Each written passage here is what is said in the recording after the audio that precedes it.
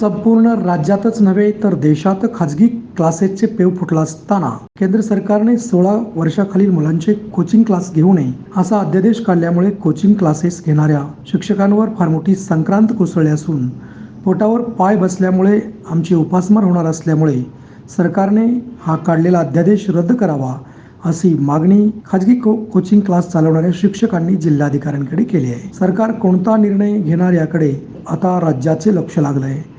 16 वर्षाखालील मुलांचे क्लासेस घेतल्यामुळे पालकांना आर्थिक भुर्दंड सहन करावी लागते. तरीसुद्धा पालक ते सहन करतात. परंतु शासनानेच हे कोचिंग क्लासेस बंद करण्याचा निर्णय घेतल्यामुळे खाजगी क्लासेसवाल्यांच्या मते विद्यार्थ्यांना एक्स्ट्रा नॉलेज देऊन घडवण्याचं काम आता होणार नसल्याचं सांगितलं जात आहे.